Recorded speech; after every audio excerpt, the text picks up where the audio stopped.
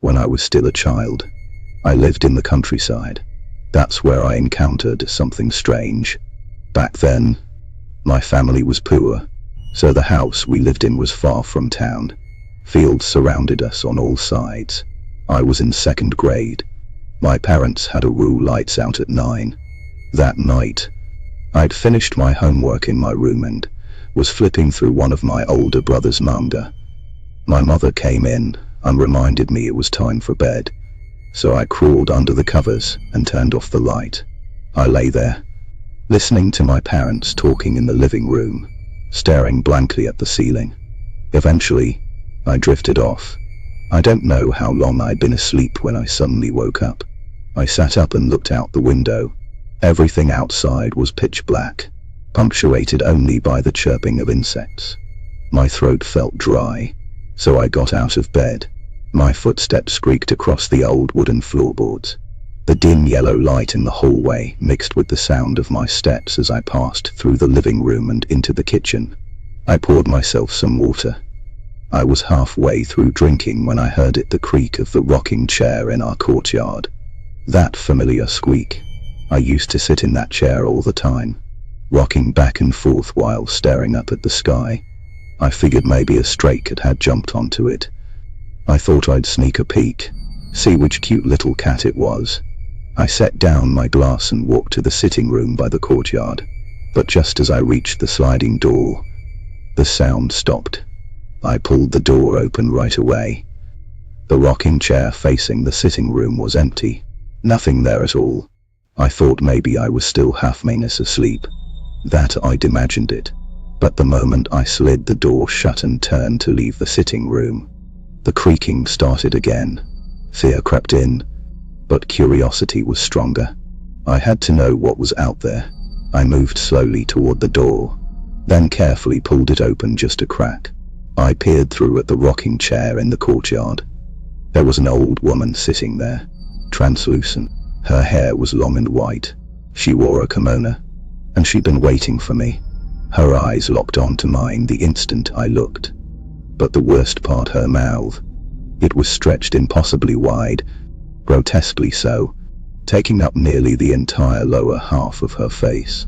She just sat there on that rocking chair, swaying back and forth, smiling at me. I wanted to scream. I tried to scream, but no sound came out. Terror seized me. I yanked the door shut and ran back to my room. My legs were shaking the whole way. I locked my door, dove under the covers, and lay there trembling. After a while, the creaking of the rocking chair stopped. Eventually, still tense with fear, I fell asleep. The next morning, on the way to school, I told my older brother and sister what had happened. My sister laughed and said I just had a nightmare. My brother said it was probably a guardian spirit. A guardian spirit? No way. Guardian spirits don't smile like that. They don't look like that. When I got to school, I told my classmates too. One of my close said he'd seen something similar recently. He'd been walking his grandfather's dog along a path between the rice fields when he suddenly saw an old woman standing in the middle of the field. The way he described her clothes, it matched exactly what I'd seen, except the one he saw only had half a face. His dog wouldn't stop barking at her, and when he started to feel afraid, the old woman began moving toward him. He turned and ran home as fast as he could. Then there was another time, he said. One afternoon on his way home, he'd taken a shortcut through the fields. The path crossed over an irrigation canal on a small bridge. From a distance, he saw her again, the old woman, standing at the far end of the bridge. He turned around immediately and took the long way home. That night, when his grandfather came home, he heard him say that the little bridge had collapsed that afternoon. Someone had been crossing it at the time and fell with it, breaking their leg. My friend said he didn't know if she was a guardian spirit or not, but because of that terrifying old woman, he'd avoided danger. I found his story incredible. Later that afternoon, after I got home from school, I finished my homework and decided to go lie in the rocking chair in the courtyard. I wanted to feel the breeze, look up at the sky for a bit. Before I even reached the sitting room, I heard the creak of the rocking chair. When I got there, I saw the chair rocking by itself, but it was daytime, so I wasn't as scared as I'd been the night before. The moment I stepped into the courtyard, one side of the chair suddenly gave way. It crashed to the ground with a loud bang. I froze. The chair was completely destroyed. My mother heard the noise and came running. She thought I'd been hurt. I told her the rocking chair had just broken on its own. My mother checked it later and found that one of the screws holding the chair together had snapped. Thank God hadn't laid down on it yet, otherwise I probably would have gotten hurt pretty bad. That night, I told my brother everything that had happened. He said, "See, I told you, it's definitely the guardian spirit." Then he told me that when he was little, he used to see that terrifying old woman all the time. It was during his first summer vacation in first grade. That summer, he and a few friends decided to go catch bugs on a small mountain near our house. When they reached the path leading up the mountain, they saw an old woman with two faces slowly walking down from above. One of the old woman's faces looked terrified. The other face was crying. The moment they saw her, they ran away scared out of their minds. That very afternoon, right after he got home, a massive earthquake hit. Later they heard that a huge section of the mountain had collapsed. The path where they'd seen the old woman was completely buried under dirt and trees.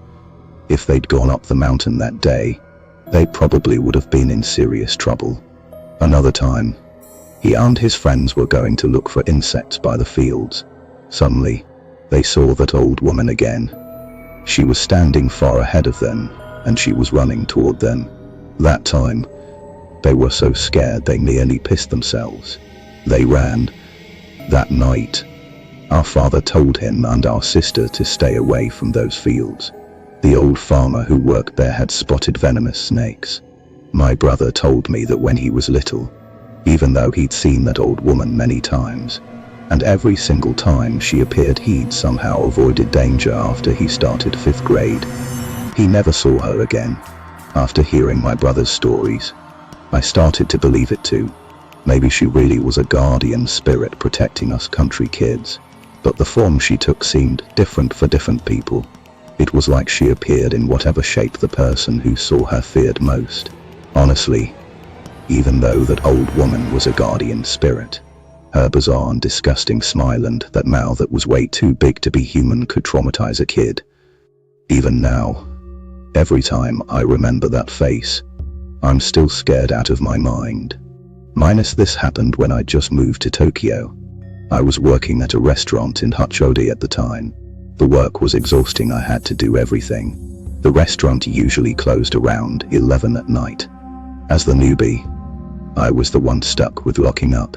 One day after work, when I was almost at the station, I realized I'd forgotten something at the restaurant. So I walked back to get it. When I opened the door, it was pitch black inside. I grabbed what I'd left behind from near the register. But right then, I felt like there was something in the darkness of the restaurant. I looked around. I saw a darker human shape standing in the corner of the dining area. Since I'd had some strange experiences before, I pretended not to see it and walked outside. As I was pulling down the metal shutter, I felt eyes watching me from the side. So I turned my head toward where the gaze was coming from. I saw a black figure at the corner next to the shop. Only half visible. He was standing behind the corner. Because it was a completely black silhouette, his eyes stood out especially. His eyes were staring right at my face. We made eye contact. Since we'd made eye contact, there was no point pretending I hadn't seen him. So I quickly turned around and toward the station. When I got to the station, I managed to catch a train and made it home. Since it was a hot summer, after I showered, I opened the window and lay down on my bed to sleep. Halfway through the night, I suddenly woke up for no reason. I opened my eyes and saw that the curtain had opened slightly, leaving a small gap. Light from the street lamp outside was shining on the curtain. Nothing unusual. I scanned along the curtain like that. As I scanned downward, I saw near the corner where the wall met the window in the gap beneath the curtain a pair of black feet. The weird thing was, if someone was standing behind the curtain, the street lamp outside would definitely cast their shadow on the curtain.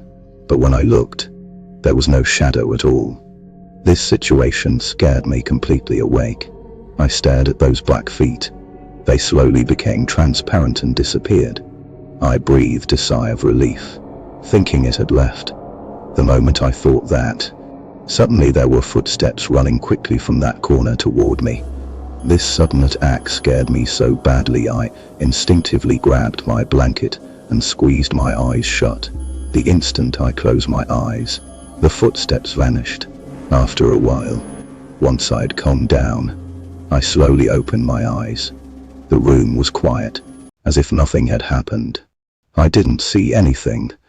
I sat up and looked around. I confirmed the area around me. Once I was sure that thing had left, I finally felt safe enough to walk over to the window and pull open the curtains, because I'd just been scared out of my wits. I couldn't fall back asleep right away, so I decided to go out on the balcony and smoke a cigarette to calm my nerves. I opened the screen door to the balcony and stepped outside, staring blankly ahead as I lit up. Then, when I turned my head to look to the right, I saw a black figure at the corner of the building I lived in. Only half of it was visible, what part was visible, staring straight at me. I lived on the 3rd floor. If this were something normal, how could it possibly be standing in that spot?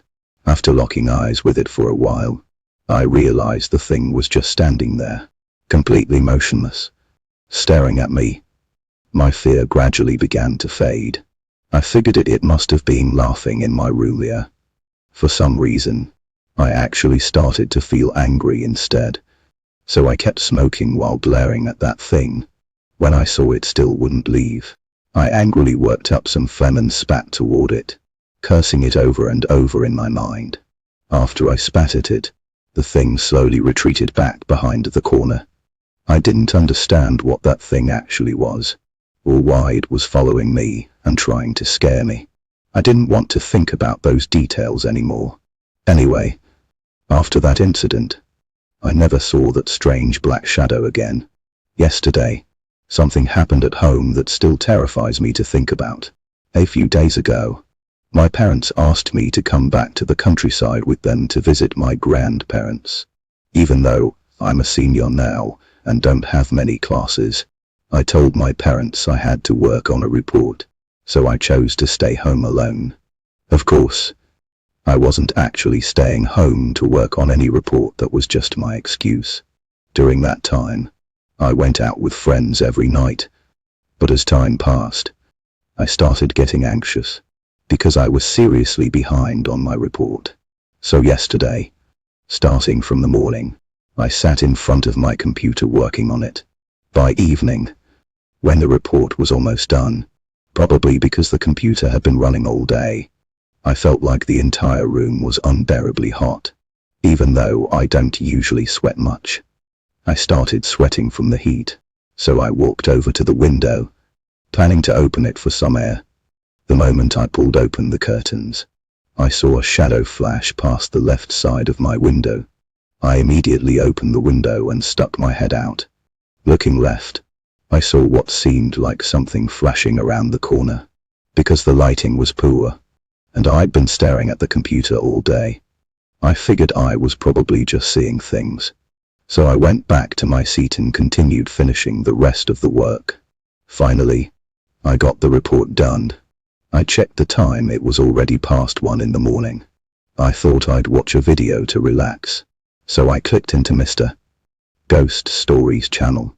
I'm the kind of person who likes thrills. This time of night was perfect for watching that type of content. So after I clicked on the latest video, I walked over and opened my bedroom door. Then I returned to my seat, put on my headphones, leaned back in my chair, lit a cigarette, and relaxed while watching the video. Just as I was about to give the video a thumbs up, my mouse hovering over the like button on the computer screen suddenly went completely black. But the audio in my headphones kept playing. I looked at the power light in the bottom right corner of the screen. It was still on. I wondered what was going on. Just as I was about to reach out and press the screen's power button, I realized my body was completely immobilized. My entire body, only my eyes could move. Having never experienced anything terrifying before, this was my first time being paralyzed like this. I fell into complete panic and became extremely tense. And just when I was at my most frightened, an intense wave of cold air came pressing in from outside my bedroom door behind me. Right after that, the sound in my headphones suddenly stopped too. Let me explain. The bedroom door was in the corner to the right and behind where my computer was positioned. So if someone was in the hallway outside the door, I could see them if I turned around. At that moment, I sensed that something was out there in the hallway, but my body was completely frozen. I couldn't turn around to confirm it. Then, in the next second, I saw in the reflection on my pitch-black computer screen out in the hallway beyond my door, at the boundary between light and darkness, a corner had emerged. Something was standing there. I didn't know what that thing was. I desperately wanted to turn my head and see it with my own eyes. But no matter how hard I tried, my body wouldn't move. However, as I struggled with all my might, I saw in the screen's reflection that the figure of that thing was slowly emerging from the darkness. The thing was gradually leaving the dark area, bit by bit, and approaching in my direction. Though it was moving slowly, that thing was definitely getting closer to me. Seeing this, I cursed in my mind and prayed for it not to come any closer. Like that, I struggled while watching it draw nearer and nearer.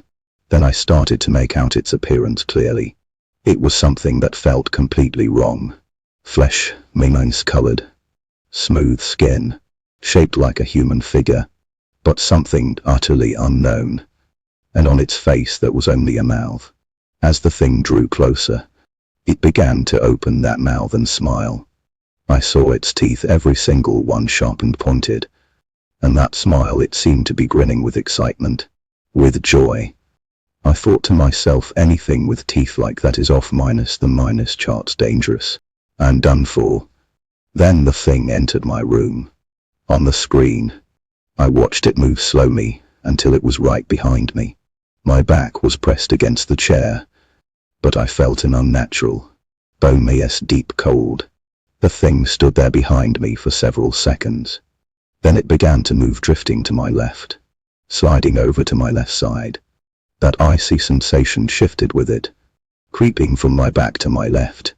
Slowly, I moved my eyes to the left. I let my gaze drift toward the space beside my left hand. And nothing. There was nothing there. The thing was transparent. It could only be seen through the screen's reflection. The sheer wrongness of it terrified me. I snapped my eyes back to the monitor in front of me, but the moment I looked at the screen again, I saw it. The thing's face was turned toward the monitor. Its face was right next to mine. Its head tilted to one side, as if it were watching me through the reflection. I knew it was right there, right beside my face, but in my peripheral vision, there was still nothing. I could only see it on the computer screen. Then, in the reflection, I watched as it began to slowly move its head, bringing it around to face me directly.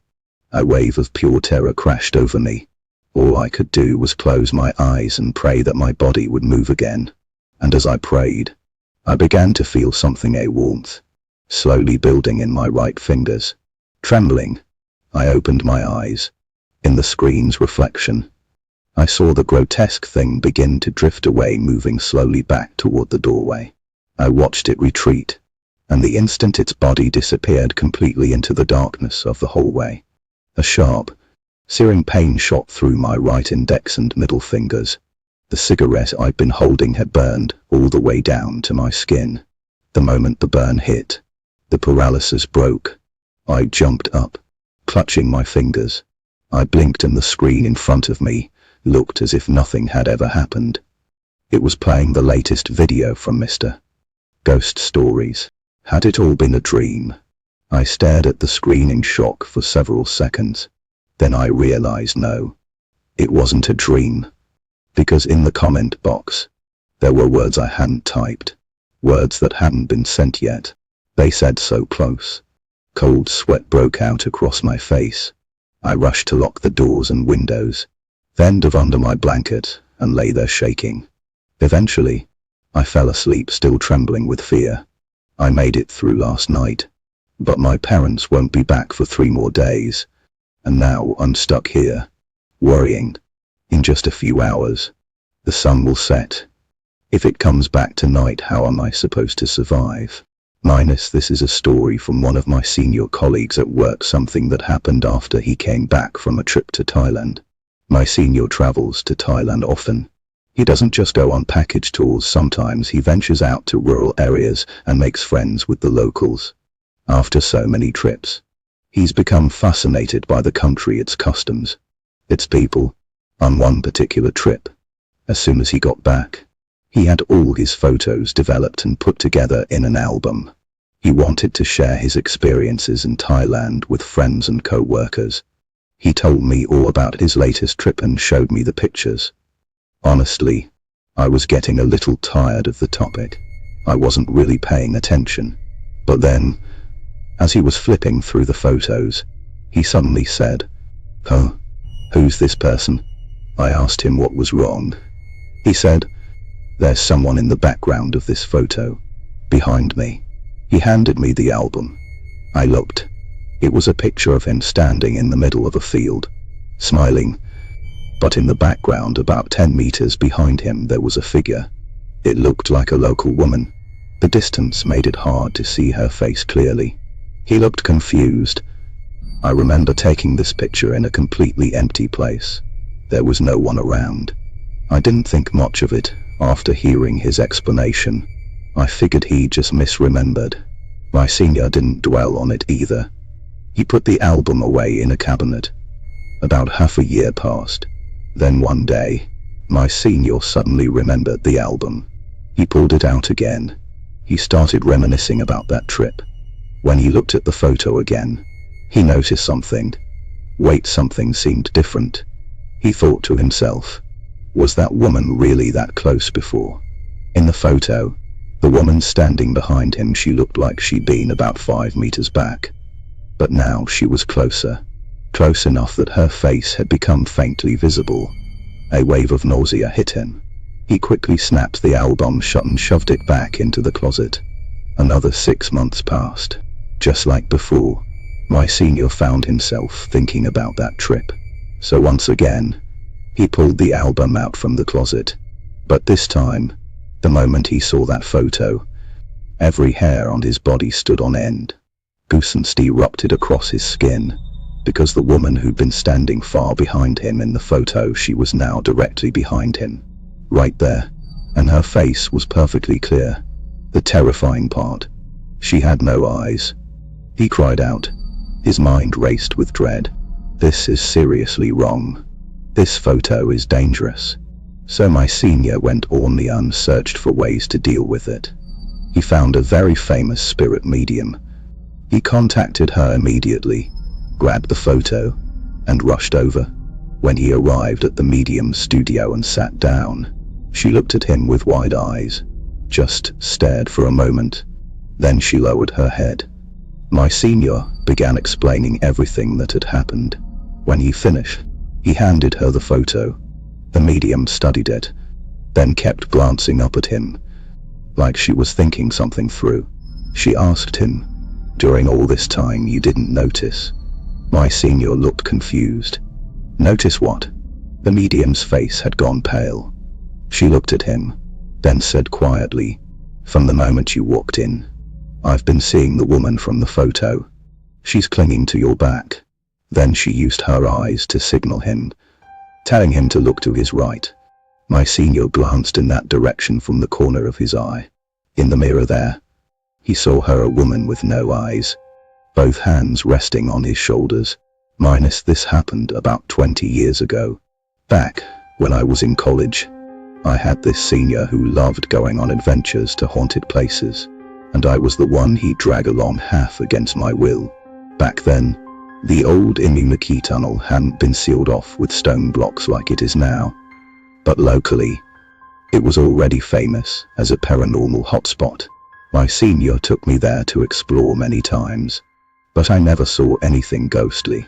Because of that, I'd grown numb to the whole thing, completely stopped being scared. One day, my senior invited me to the Inunaki tunnel like always. I thought to myself, doesn't he ever get tired of this? But I got in the car anyway.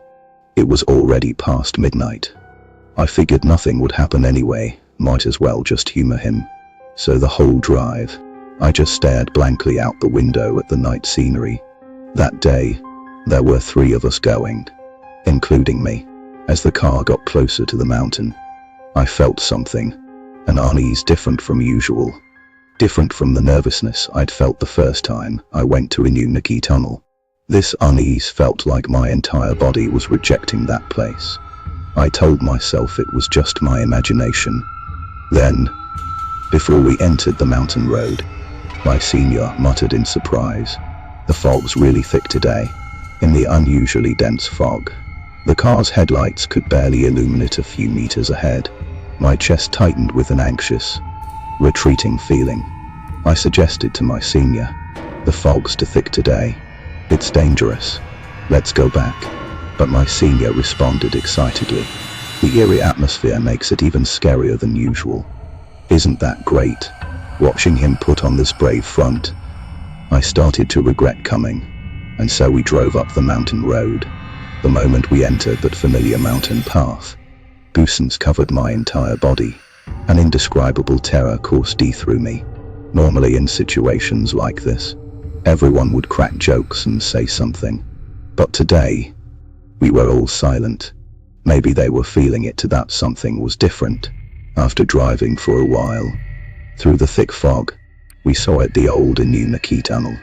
My senior parked the car in front of the tunnel entrance. "Let's get out," he said. I watched my senior and our friend get out. I realized there was no turning back now, so with an uneasy heart, I got out too. Our friend stared at the tunnel entrance and muttered, "With this thick fog today, the atmosphere's pretty good." The car's headlights illuminated the inside of the tunnel. You could see deep into it, a sight I'd seen dozens of times before, but I felt it, something was off. In the heavy air, the scene gave off a strange quality, clearly different from usual. Different. Then my senior urged us, saying, "Let's go." So I followed behind them as we moved forward.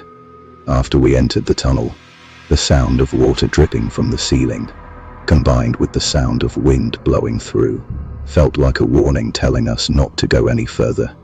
When we reached somewhere near the middle of the tunnel, someone suddenly said, "Let's race. See who can get to the exit on the other side first." In the darkness, I didn't know who had said such a thing. It was clearly an inappropriate comment. Annoyed, I said, "Seriously, now's not the time for that." And during this exchange, my gaze fell on the tunnel's exit. The moment I looked over, I regretted coming to this tunnel today, because I saw standing there a woman in a dress, her face covered by a black mist. I opened my mouth and asked, "There's someone over there, right?" My senior replied, "Yeah, I see something white and blurry." "What is that?" What my senior saw was slightly different from what I saw, but clearly, it was something that didn't belong to this world. So the 3 of us just stood there, frozen in fear, unable to move forward. After a while, my friend suddenly spoke up. "That thing, it seems like it's getting bigger." Hearing what my friend said, I looked carefully too. That woman with the black mist covering her face, she really was getting bigger. That's when I realized something terrible. Frightened, I said, "She's not getting bigger. She's coming closer, isn't she?" Just as we stood there tense and at a loss, feeling that thing was dangerous, my friend, without any warning to us, suddenly turned around and ran. abandoning us. When my senior and I saw that, we immediately followed. The three of us ran toward the car. We ran in silence, desperately, then gasping for breath. We reached the car and jumped in right away. Once inside, I immediately told my senior, "Quick, let's go. That thing is dangerous." Actually, I didn't need to say it, my senior already knew. Nervously, she quickly turned the car around and started racing back the way we came. Sitting in the back seat, annoying sweat kept dripping down from my head. Then I noticed there seemed to be some kind of presence behind us. Maybe she was still chasing us. Later, when the car reached the fork where we'd leave the old road leading to Inunaki tunnel, my friend suddenly cried out, then clutched her head, bent down, and trembled. My senior and I were both startled. We both knew at that moment my friend must have seen something, but we didn't have the courage to ask her. So my senior just hurried the car onto the new road and drove down the mountain. And as the city lights began to appear, our sense of fear gradually calmed down. After coming down the mountain, we rested at a family restaurant. Once we'd completely calmed down, we started discussing what had just happened. My senior asked, "What was that white thing that chased us?" Faced with my senior's question, I answered with what I'd seen. That what I saw was a woman in a dress. There was a mass of black mist on her face, so I couldn't see her face clearly. My friend said she'd seen the same thing. At that moment, a question suddenly occurred to me. So I asked them,